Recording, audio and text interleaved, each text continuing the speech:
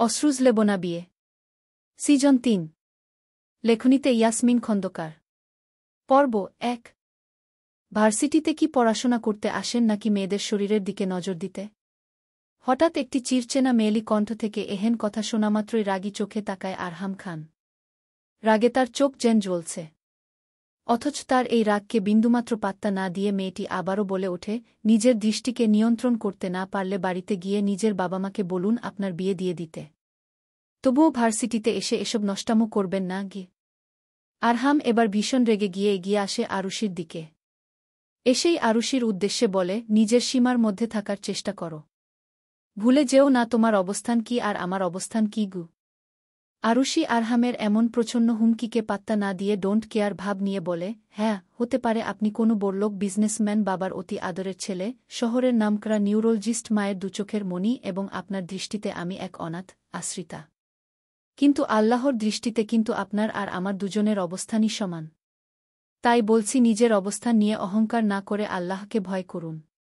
মেয়েদের দেখলে দৃষ্টি নত করে চলুন। নিজের নজরের হেফাজত করুন। আর যদি না পারেন তো বলেই একটা রুমাল বাড়িয়ে দেয় আরহামের দিকে। আরহাম ভ্রু কুঁচকে জিজ্ঞেস করে, এসবের মানে কি? যদি নিজের দৃষ্টির হেফাজত করতে না পারেন তো এই রুমালটা চোখে বেঁধে নিন। কেমন? বলেই একটা হাসি দিয়ে রুমালটা আরহামের দিকে বাড়িয়ে দিয়ে সামনের দিকে এগোতে থাকে আরুষি। এদিকে আরহাম রুমালটা মুষ্টিবদ্ধ করে ধরে। আরহামের থেকে কিছুটা দূরেই দাঁড়িয়ে ছিল তার ৩ জন বন্ধু। তাদেরই একজন সাগর এগিয়ে এসে বলল, কেসটা কি হলো? এই মেয়েটা কিভাবে বুঝল যে আমরা ক্যাম্পাসে বসে আশপাশ দিয়ে হেঁটে যাওয়া মেয়েদের দিকে নজর রাখছিলাম আর চোখ দিয়েই তাদের গিলে খাচ্ছিলাম গু। আরহাম দাঁত কটমট করতে করতে বলে, সবকিছুতেই এই মেয়েটার অত্যাধিক বাড়াবাড়ি। আসলে কি বলতো, যে যা ডিজার্ভ করে না সেটা পেলে যা হয় আর কি। ছিল তো কোনো এতিমখানার বাচ্চা। ভাগ্য ভালো যে আমার খালাম্নি ওকে এতিমখানা থেকে তুলে এনে আশ্রয় দিয়েছিল, না হলে তো এতদিনে পথে পথে ঘুরত। আরহামের আরেক বন্ধু মুন্না এগিয়ে এসে বলে, তবে যাই বলিস, মেয়েটা কিন্তু বেশ ভালো। সবসময় শালীনভাবে চলাফেরা করে, ভার্সিটির সব প্রোগ্রামেও অগ্রণী ভূমিকা পালন করে, আবার গানের গলাও তো খুব সুন্দর। আমার তো এখনও মনে আছে গতবারের প্রোগ্রামে কি সুন্দর গান খেয়েছিল। হতে পারে মেয়েটা অনাথ, কিন্তু তাতে কি? রূপ গুণ সব দিক দিয়েই তো অতুলনীয়। আমার খালাম্নির যদি এমন পালিত মেয়ে থাকত তাহলে তো আমি এমন মেয়েকেই বিয়ে করতাম গু। আরহাম এবার চোখ রাঙানি দিয়ে বলে, এখনও কর, অসুবিধা কি? তোর কোনো সমস্যা না থাকলে আমি খালাম্নির কাছে সম্বন্ধ পাঠিয়ে দেই। তবে একটা কথা মাথায় রাখিস, এর মতো অনাথ মেয়েরা আরহাম খানের স্ত্রী তো দূরের কথা রক্ষিতা হওয়ারও যোগ্যতা রাখে না গি। বলেই একটা দাম্বিকের মতো ভাব নেয় আরহাম, যে বর্তমানে ঢাকা ভার্সিটিতে খিস নিয়ে পড়ছে। এবার ফাইনাল ইয়ারে। এই ভার্সিটিতে ভর্তি হয়েছে থেকেই আলাদা দাপ নিয়ে চলে, ভীষণ সুদর্শন এবং ট্যালেন্টেড হওয়ার কারণে সবাই তার প্রশংসা করে। ভার্সিটির বহু মেয়ের স্বপ্নের পুরুষ সে।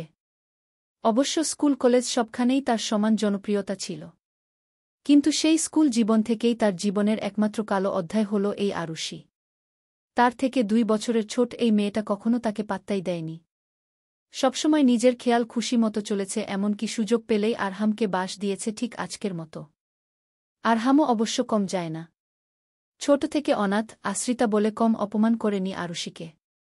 আর এভাবেই দুজনের মধ্যে এক অলিখিত শত্রুতার অধ্যায় শুরু হয়েছে, যা আজও বহমান।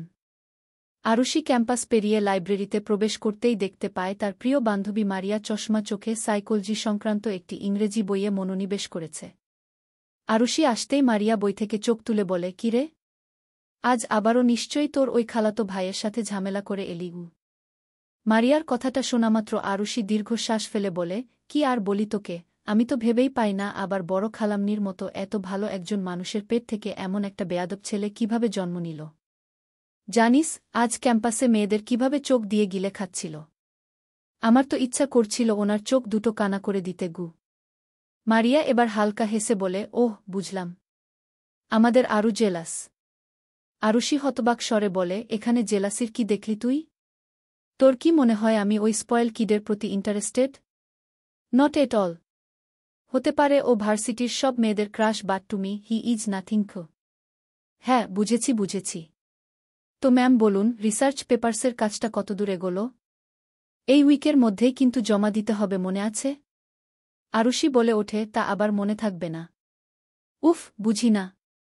এই সাইকোলজি নিয়ে পড়াশোনা করাটাই বুঝি জীবনের সবথেকে বড় ভুল।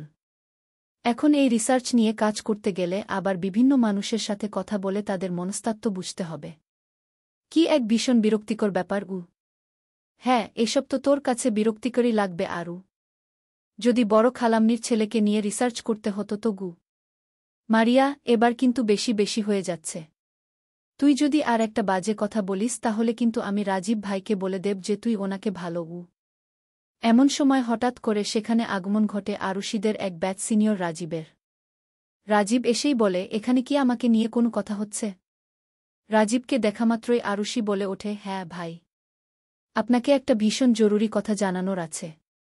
আসলে মারিয়া না আরুষি আর কিছু বলার আগেই মারিয়া তার মুখ চেপে ধরে বলে, আসলে ভাইয়া তেমন কিছু না। আরুকে এত সিরিয়াসলি নেবেন না তো রাজীব ভ্রুকুচকে বলে, না, ওকে বলতে দাও। অগত্যা মারিয়া আরুষির মুখ থেকে হাত সরিয়ে নেয়। আরুষি বলে ওঠে, আসলে ও বলছিল আমাদের নতুন রিসার্চ পেপারের কাজে যদি আপনি একটু সাহায্য করতেন। মারিয়া হাফ ছেড়ে বাঁচে আরুষির কথা শুনে। এদিকে রাজীব বিনি হেসে বলে, হ্যাঁ অবশ্যই। তোমরা রিসার্চ পেপারস নিয়ে কাজ শুরু করে দাও। আমি তোমাদের যথাসাধ্য সাহায্য করব। থ্যাংক ইউ সো মাচ ভাইয়া, আপনার মতো ব্রিলিয়ান্ট স্টুডেন্ট আমাদের হেল্প করলে। আরুষি আর কিছু বলতেই যাবে এমন সময় তার ফোন বেজে ওঠে। তাই আরুষি একটু দূরে সরে যায় কথা বলতে। এদিকে মারিয়া মন্ত্রমুগ্ধ হয়ে রাজীবের দিকে তাকিয়ে থাকে। মারিয়া ভাবতে থাকে, কি আছে ছিমছাম গরনের এই শ্যামলা যুবকের মাঝে যা তাকে এতটা আকর্ষণ করে। এদিকে রাজীব আর চোখে আরুষিকেই দেখতে থাকে। মনে মনে বলে, তোমার জন্য তো আমি নিজের জীবনও দিতে প্রস্তুত আরু রানী। এই সামান্য রিসার্চ পেপার তো কিছুই না। এদিকে আরুষিকে ফোনে আরিশা বলেন, কি ব্যাপার আরু? তুই কি আজ আবারও আরহামের সাথে ঝামেলা করেছিস? আচ্ছা আম্মু, তোমার কেন মনে হয় যে আমি সবসময় তোমার পেয়ারের বোনপোর সাথে ঝামেলা করি? কারণ তোকে আমি খুব ভালো করেই চিনি। ছোটবেলা থেকে তো ছেলেটার পেছনে না লাগলে তোর পেটের ভাত হজম হয় না। হ্যাঁ, আর তোমার বেচারা ছেলে তো ধোয়া তুলসী পাতা। জানো, আজ ক্যাম্পাসে মেয়েদের। থাক, তোকে আর কিছু বলতে হবে না। আমি জানি আমার আরও কখনো কোনো অন্যায় করে না। যা বলে একদম ঠিক বলে। আসলে একটু আগে আরহাম আমায় কল দিয়ে অভিযোগ করছিল। তাই নিশ্চিত হবার জন্য তোকে ফোন দিলাম। এখন তো সত্যটা জানলাম, এখন আপ্পিকে ভালো করে ওর ক্লাস নিতে পারব। বড় খালাম্নিকে বলে দিও তো এবার নিজের বড় ছেলের একটা বিয়ের ব্যবস্থা করতে। না হলে এভাবেই মেয়েদের দিকে হ্যাংলার মতো তাকিয়ে নিজের পাপের বোঝা বাড়াবে। আচ্ছা ঠিক আছে, তুই নিজের যত্ন নে। রাখছি এখন। আচ্ছা টু বি কন্টিনিউ। আসসালামু আলাইকুম। আপনাদের প্রাণাঢালার ভালোবাসায় প্রথম দুটো সিজনের সফলতার পর নিয়ে চলে এলাম অশ্রুজলে বোনা বিয়ে কি সিজন ৩, যা মূলত গল্পের পরবর্তী জেনারেশনকে নিয়ে এগিয়ে যাবে। আশা করি আগের দুটো সিজনের মতো এই সিজনও আপনাদের মন জয় করবে। সামনে অনেক সুন্দর টুইস্ট আসবে, তাই সবাইকে জুড়ে থাকার অনুরোধ রইল। অশ্রুজলে বোনা বিয়ে সিজন ৩। লেখনীতে ইয়াসমিন খন্দকার। পর্ব ২। আরুষি তার বান্ধবী মারিয়ার সাথে একটি ফুচকার দোকানের সামনে দাঁড়িয়ে আছে। মারিয়া একটার পর একটা ফুচকা খেয়ে চলেছে, কিন্তু আরুষি চুপচাপ দাঁড়িয়ে আছে। মারিয়া ফুচকা খেতে খেতেই আরুষিকে বলে, কি রে, তুই এভাবে দাঁড়িয়ে আছিস কেন আরু? নে একটা ফুচকা খেয়ে দেখু। আরুষি বলে, তুই তো জানিস মারিয়া আমি এসব আনহাইজেনিক খাবার খাই না। মারিয়া মুখ বাঁকিয়ে বলে, জানিস তোর কথা শুনে আমার মাঝে মাঝে মনে হয় তোর সাইকোলজি নিয়ে না ডাক্তারি লাইনে পড়া উচিত ছিল। ছোটবেলায় তো আমারও ইচ্ছা ছিল ডাক্তার হওয়ার, কিন্তু তারপর যখন দেখলাম আমাদের ফ্যামিলিতে ডাক্তারের অভাব নেই, তখন ভাবলাম আমার নতুন কিছু ট্রাই করা দরকার। মারিয়া টিটকারি করে বলল, এই কারণে নাকি বড় খালার ছেলের আরুষি রেগে বলল, ধুর, তোকে না বলেছি এসব ফালতু কথা না বলতে। সত্য কথাতে তো লাগবেই। আমি কিন্তু সেই ক্লাস 1 থেকে তোর সাথে পড়ি আরু। তাই তোর গতিবিধি ঠিকই খেয়াল করি। ছোট থেকেই তুই এমনভাবে সবকিছু দেখাস যে তুই আরহাম ভাইকে একদম সহজে করতে পারিস না। অথচ ছোট থেকেই তুই ওনার সাথে একই স্কুল, একই কলেজ, এমনকি একই ভার্সিটিতেই পড়েছিস। এটা একটা কাকতালীয় ব্যাপার। আমার ওই আরহামের প্রতি কোনো আগ্রহ নেই, বুঝলি? মারিয়া আর কিছু বলবে তার আগেই সেখানে চলে এলো রাজীব। রাজীব এসেই আরুষির দিকে তাকিয়ে বলল, কি নিয়ে কথা হচ্ছে তোমাদের? মারিয়া তো রাজীবকে দেখেই খুশি হয়ে গেল। অতঃপর বলল, আরে দেখুন না ভাইয়া, এই আরও এত স্বাস্থ্য সচেতন যে কি আর বলব, সামান্য একটা ফুচকাও খেতে চায় না গু। রাজীব মুগ্ধ হয়ে আরুষির দিকে তাকিয়ে বলে, এমনটাই তো হওয়া উচিত কে। কিছুটা দূরে দাঁড়িয়ে আরুষির দিকেই তাকিয়েছিল আরহাম। তার পাশে ছিল তার বন্ধু সাগর, তার পাশেই ছিল সাগর বলে ওঠে, আমি বুঝি না, এই মেয়েটাকে তুই নিজের শত্রু মনে করেও সবসময় এমনভাবে ওর উপর নজরদারি করিস কেন? এসব দেখে তো মনে হয় তুই ওকে শত্রু না গার্লফ্রেন্ড ভাবিস। আরহাম রেগে বলে, ভুল ভাবছিস তুই। মোটেই এই কারণে আমি ওর উপর নজর রাখি না। আসলে কি বলতো, নিজের শত্রুর উপর তার গতিবিধির দিকে সবসময় নজর রাখতে হয়। এসব তুই বুঝবি না গি। সাগর মাথা চুলকে বলে, আমি তো কিছুই বুঝি না। যা বোঝার তুই একাই বুঝিস। তবে যাই বলিস, তোদের একসাথে ঝগড়া করতে দেখলে না আমার সিনেমার নায়ক-নায়িকাদের করা ঝগড়া মনে পড়ে যায়। আরহাম আরও একবার রাগী চোখে তাকাতেই সাগর চুপ হয়ে যায়। এদিকে আরহাম বলে, অনেক হয়েছে নজরদারি, এখন আমায় বাসায় যেতে হবে গু। বলেই সে একটু দূরে গিয়ে নিজের বাইকে উঠে রওনা দেয়। ঢাকার মিরপুরে একটি বিরাট আলিশান বাড়িতে বসবাস করে খান পরিবার। বর্তমানে এই পরিবারের মধ্যমণি আবরাজ খান ও নিঝুম খান। নিজেদের জীবনে বেশিরভাগ সময় লন্ডনে কাটিয়ে অবশেষে শেষ বয়সে তারা ঢাকায় এসে স্থায়ী হয়েছেন। এখানে তারা তাদের ছেলে নির্ঝর খান, বৌমা আফিফা খান ও আবরাজ খানের ছোট ভাইয়ের বউ আনিকা খানের সাথে থাকেন। ছবি বেগম ও আবির খান অনেক আগেই মারা গেছেন। তাদের মৃত্যুর আগ পর্যন্ত সবাই সিলেটেই থাকত। তবে তাদের মৃত্যুর পর নির্ঝরকে নিজের ব্যবসার কাজে ঢাকায় আসতে হয়, আফিফাও ঢাকা মেডিকেলে নিউরোলজিস্ট হিসেবে যোগদান করে। প্রবীণ সদস্যরাও নিজেদের অবসরের পর এখানে এসেই রয়েছেন। আফিফা খান রাগী ভাব নিয়ে সোফায় বসে আছেন। আনিকা খান এসে নিজের মেয়ের উদ্দেশ্যে বলেন, একটু শান্ত হও। এত রাগ করে কোনো লাভ নেই। আরহাম ছেলেমানুষ, আর এই বয়সে একটু আধটু। আফিফা খান যেন কথাটা শোনামাত্রই ফুঁসে উঠে বললেন, এসব কি বলছো তুমি আম্মু? তোমার নাতি এখনো ছোট আছে। ও এখন ভার্সিটিতে পড়ে, 2-4 বছরের যুবক ও। আজকে বিয়ে দিলে কালকে বাচ্চার বাপ হয়ে যাবে, আর তুমি ওকে ছেলেমানুষ বলছ। আজ আসুক শুধু ও একবার বাড়িতে। ভার্সিটি গিয়ে নোংরামো করা বের করে দেব। কই, ওর ছোট ভাই তো লন্ডনে পড়াশোনা করছে। সেখানকার পরিবেশ তো আরও খোলামেলা। কই, আমার ছোট ছেলের নামে তো কোনো অভিযোগ আসে না। তাহলে ওর নামে এত অভিযোগ কেন? তুমি আর ওর বাবা লাই দিয়ে ওকে অনেক মাথায় তুলেছ, কিন্তু আর নয় গি। এমন সময় আরহাম নিজস্ব একটা অ্যাটিটিউড নিয়ে বাড়িতে প্রবেশ করল। এসেই নিজের মায়ের এমন অগ্নিমূর্তি দেখল। আনিকা খান ইশারা করে আরহামকে নিজের রুমে যেতে বলল। কিন্তু আরহাম ঠায় দাঁড়িয়ে রইল। এদিকে আফিফা খানের চোখ আরহামের দিকে যেতেই তিনি বললেন, এই তো এসে গেছেন মহারাজা। আপনার জন্যই অপেক্ষা করছিলাম। আসুন, ভেতরে আসুন ঘো। আরহাম নিজের মায়ের দিকে এগোতে এগোতে বলে, কি হয়েছে mom? Is everything alright? Afifa Khan নিজের রাগকে সর্বোচ্চ নিয়ন্ত্রণ করে বলেন, ঠিক থাকবে না আবার? যার কাছে তোমার মতো গুণধর ছেলে আছে তার জীবন আর কিভাবে বেঠিক হবে? আনিকা খান বলেন, দাদুভাই তুমি ভেতরে যাও। তোমার মা অনেক রেগে আছে গি। মম রেগে আছে? কিন্তু কেন? আফিফা খান বলেন, তোমাকে কি আমরা অসভ্যতামি করার জন্য ভার্সিটিতে পাঠাই? ভার্সিটিতে গিয়ে মেয়েদের দেখে তাদের সম্পর্কে বাজে মন্তব্য করার জন্য পাঠাই? আরহাম কিছু বলতে যাবে, কিন্তু তার আগেই আফিফা খান ঠাস করে নিজের ছেলের গালে থাপ্পড় বসিয়ে দেন। আরহাম গালে হাত দিয়ে অবাক কণ্ঠে বলেন, তুমি আমায় মারলে মম? হ্যাঁ, বেশ করেছি, মেরেছি। প্রয়োজনে আবারও মারব। বেয়াদব ছেলে। আদর দিয়ে তোমাকে বাদর তৈরি করেছি, তাই না? এবার বাদর থেকে আবার মানুষ মানাব গো।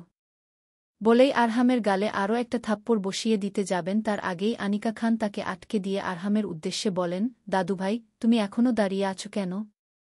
যাও, নিজের রুমে যাও। আমি তোমার মমকে সামলাচ্ছি গু।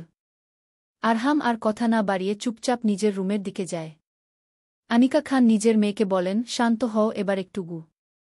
তুমি ওকে যেতে দিলে কেন আম্মু? ওকে শাসনও করতে দাও না একটু? এর জন্য দেখবে একদিন তোমরা সবাই পস্তাবে গু।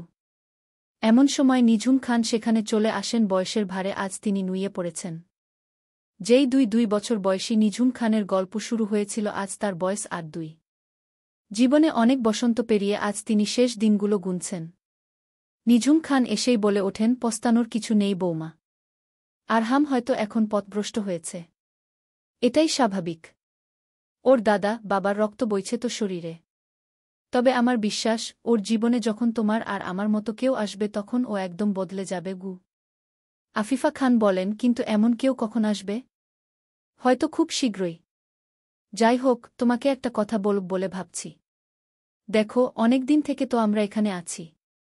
সিলেটে যাওয়াই হয় না, তাই এবার আমি ভাবছি এই ঈদে আমরা সপরিবারে সিলেটে যাব। তাছাড়া শায়েন, শায়রা দিদিভাই, আমান দাদুভাই, আফিফা নির্ঝরের ছোট ছেলে, ওরাই এই ঈদে বাংলাদেশে আসবে বলেছে গিউ। আফিফা খান আবেগপ্রবণ হয়ে বলেন, আমার ছোট ছেলেটা সেই কতগুলো বছর থেকে পড়াশোনার জন্য লন্ডনে আছে। কতদিন ওকে নিজের চোখে দেখি না। সেই গত বছর লন্ডনে গেছিলাম, তখন শেষ দেখেছিলাম। ওসব ভিডিও কলে কি মায়ের মন ভরে? এবার ওকে দেখতে পাবো তাহলে। ভেবেই ভালো লাগছে গি। নিঝুম খান চোখের জল ফেলে বলেন, তুমি তো তবুও চাইলে নিজের ছেলেকে দেখতে পাবে বৌমা। কিন্তু আমার মেয়ে, আমার বৃষ্টি, ওকে যে আমি আর চাইলেও দেখতে পাব না।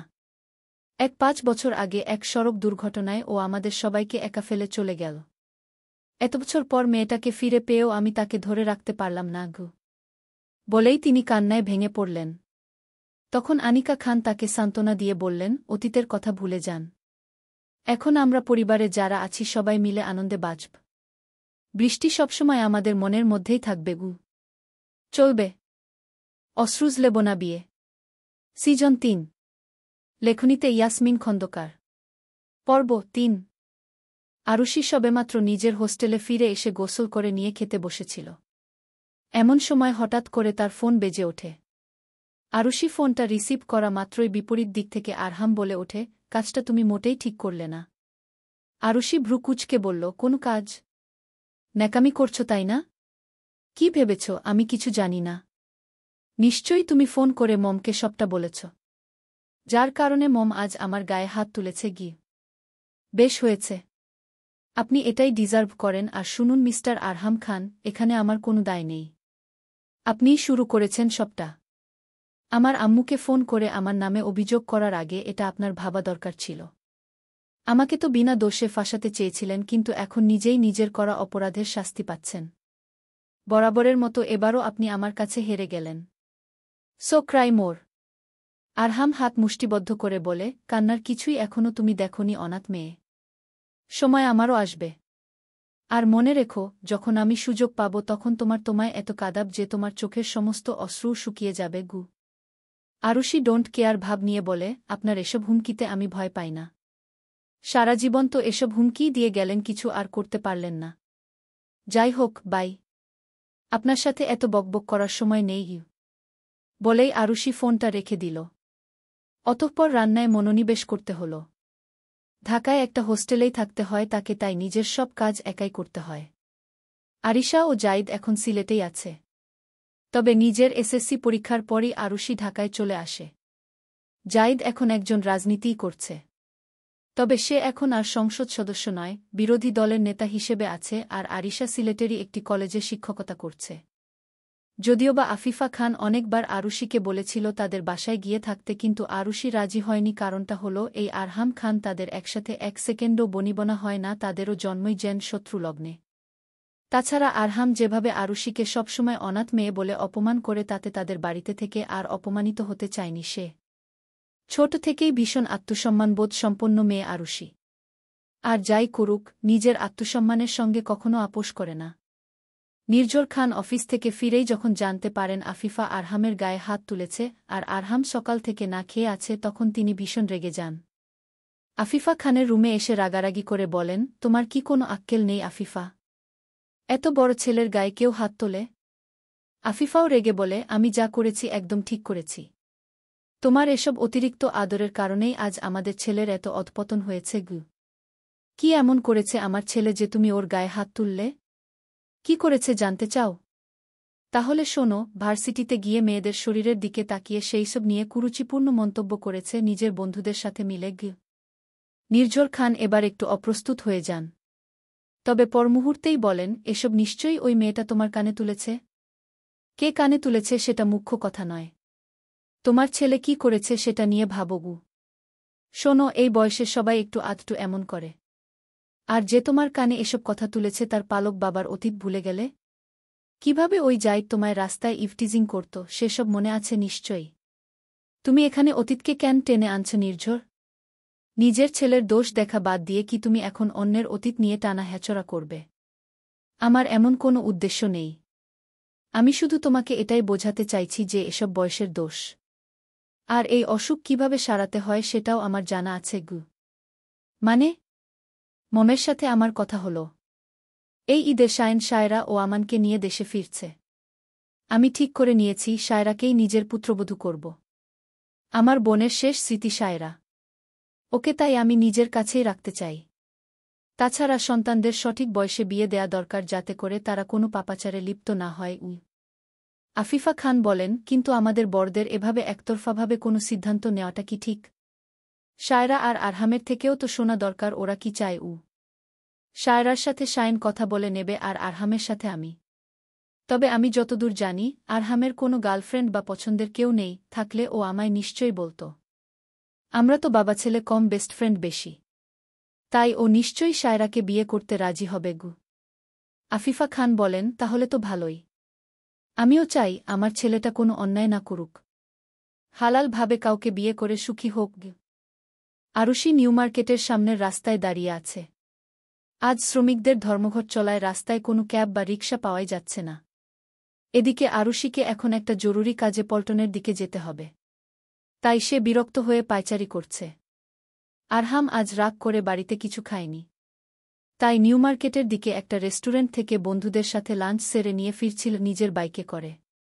একটু দূর থেকে আরুষিকে দেখে আরহাম ভাবে, এই মেয়েটা এখানে কি করছে? আজ তো পরিবহন ধর্মঘট চলছে। কোনো গাড়িও তো পাবে না। ভেবেই আরহাম একটা পৈশাচিক হাসি হেসে বলে, বেশ হয়েছে, ওর জন্য আমি আজ মোমের হাতে মার খেয়েছি। এবার ও একটু ভুগুক। বলেই বাইক নিয়ে যেতে নেবে এমন সময় খেয়াল করে কিছু ছেলে দূর থেকে আরুষির দিকে শকুনের মতো তাকিয়ে আছে। তাদের উদ্দেশ্য খুব সহজেই অনুমান করতে পারে আরহাম। আর তাতেই কেন জানি আরহামের মাথা গরম হয়ে যাক। যতই সে আরুষিকে অপছন্দ করুক কিন্তু আরুষির এত বড় ক্ষতি সে হতে দেবে না। এজন্য দ্রুত বাইক চালিয়ে ছেলেগুলোর কাছে গেল।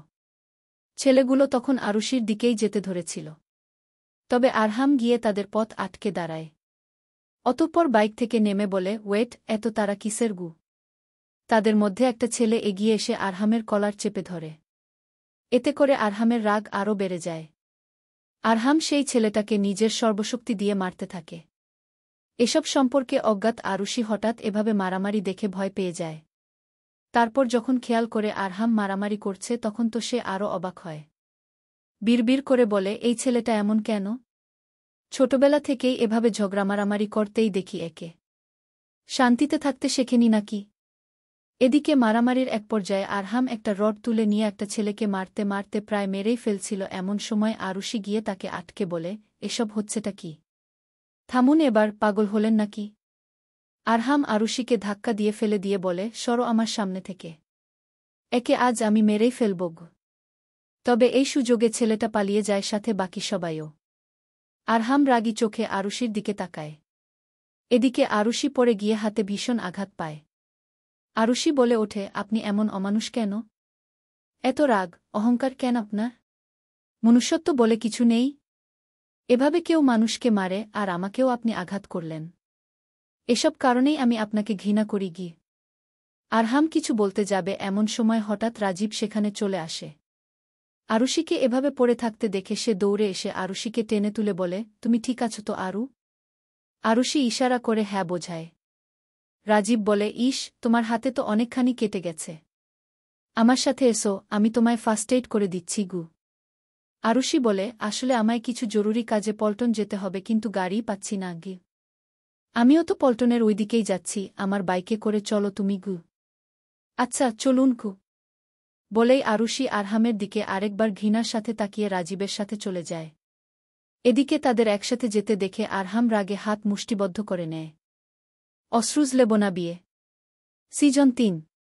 লেখনীতে ইয়াসমিন খন্দকার। পর্ব ৪। আরুষি আজ বেশ সকাল সকাল ভার্সিটিতে চলে এসেছে। এসেই মারিয়ার সাথে বসে গল্প করছে। আজ তাদের সেরকম কোনো ক্লাস নেই। মূলত খুব শীঘ্রই তাদের ভার্সিটিতে বসন্ত বরণ উৎসব হতে চলেছে। সেখানকার প্রস্তুতি নিয়েই আলাপ হচ্ছে। মারিয়া আরুষির উদ্দেশ্যে বলে, শোন আরু, আমি একটা কথা ভাবছি। এই বসন্তবরণ উৎসবে তুই আর আমি দুজনেই ম্যাচিং শাড়ি পরব, কেমন? কথাটা শোনামাত্রই আরুষি বলে ওঠে, শাড়ি আর আমি?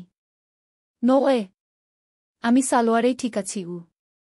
মারিয়া মুখ ফুলিয়ে বলল, তুই এমন বললে আমি শুনব না, তোকে শাড়ি পরতেই হবে, না হলে কিন্তু আমি ভীষণ রাগ করব। আরুষি আর কিছু বলতে যাবে এমন সময় রাজীব এসে বলে, কি নিয়ে কথা হচ্ছে? রাজীবকে দেখেই মারিয়া খুশি হয়ে যায়। মুগ্ধ চোখে দেখতে থাকে তার পছন্দের শ্যামপুরুষকে। অতঃপর হাসিমাখা মুখে বলে, আরে দেখুন না ভাইয়া, আমি আরুকে বলছি এই বসন্ত উৎসবে শাড়ি পরতে, কিন্তু ও রাজি হচ্ছে না। রাজীব কথাটা শোনামাত্রই আরুষিকে উদ্দেশ্য করে বলে, ঠিকই তো বলছে মারিয়া, শাড়ি পরলে তোমায় অনেক সুন্দর লাগবে। রাজীব মারিয়ার কথা সমর্থন করায় মারিয়া অনেক খুশি হয়। অতঃপর বলে, আর ভাইয়া আমায় কেমন লাগবে? তোমাকেও অনেক সুন্দর লাগবে। এবার মারিয়া ভীষণ লজ্জায় পড়ে যায়।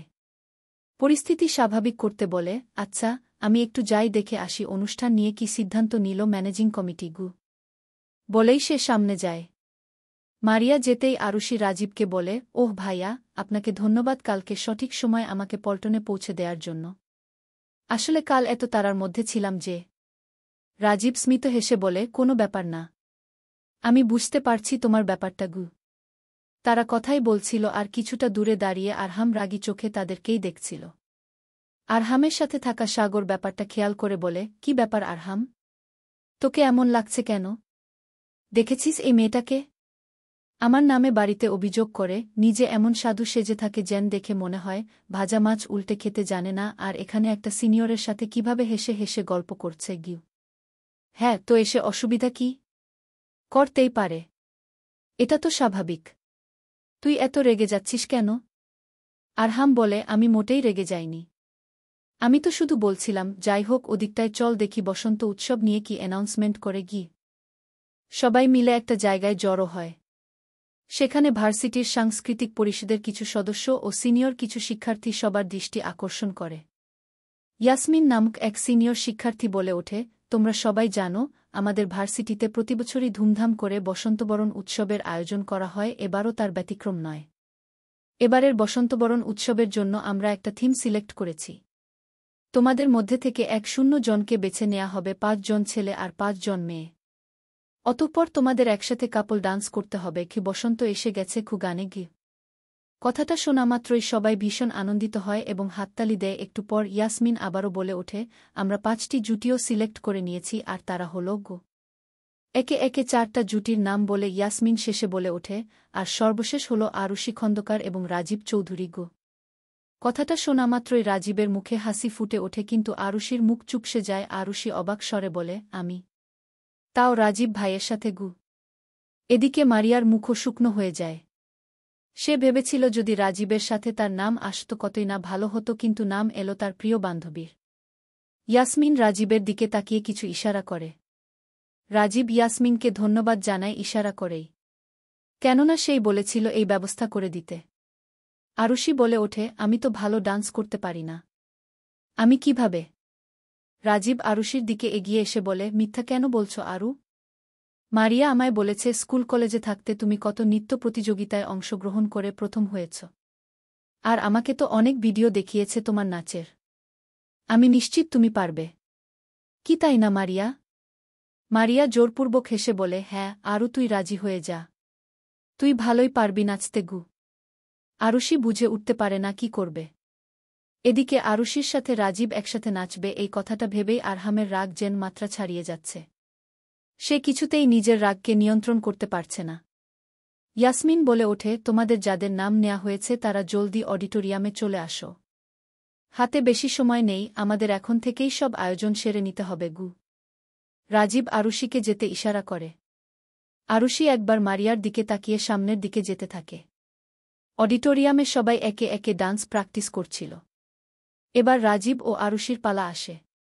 আরুষি ভীষণ নার্ভাস ছিল। রাজীব আরুষির কাঁধে হাত রেখে বলে, বিশ্বাস রাখো, তুমি এটা পারবে। অতঃপর দুজনে মঞ্চে উঠে যায়। আরুষি প্রথমে একটু অস্বস্তি বোধ করছিল, কিন্তু রাজীব তাকে অ্যাপ্রোচ করে, যার ফলে সে স্বাভাবিক হয় এবং রাজীবের তালে তাল মিলিয়ে অনেক সুন্দরভাবে নাচতে থাকে। মারিয়া এই দৃশ্য দেখে কেন জানি একদম সহ্য করতে পারে না। ভীষণ মশা হয় তার। শুয়ে মারিয়া একা না, আরও একজনের বুকে আগুন লেগে যায় এই দৃশ্য দেখে। আরহাম নিজের হাত মুষ্টিবদ্ধ করে পাশে থাকা দেয়ালে ঘুষি দেয় আর বলে, এই মেয়ে কি ভেবেছে কি নিজেকে? আমাকে কখনোই পাত্তা দেয় না, আর এই ছেলের সাথে এত ঘনিষ্ঠভাবে, না, একে একটা শিক্ষা দিতেই হবে। নাচ শেষ হতেই সবাই আরুষির প্রশংসায় পঞ্চমুখ। রাজীব বলে, তুমি অনেক ভালো করেছ আরু। আরুষি সামান্য হাসে। অতঃপর মারিয়ার দিকে তার নজর যেতেই সে দেখে মারিয়াকে ভীষণ দুঃখী লাগছে। আরুষি মারিয়ার দিকে যেতে নেয়, কিন্তু মারিয়া স্থান ত্যাগ করে।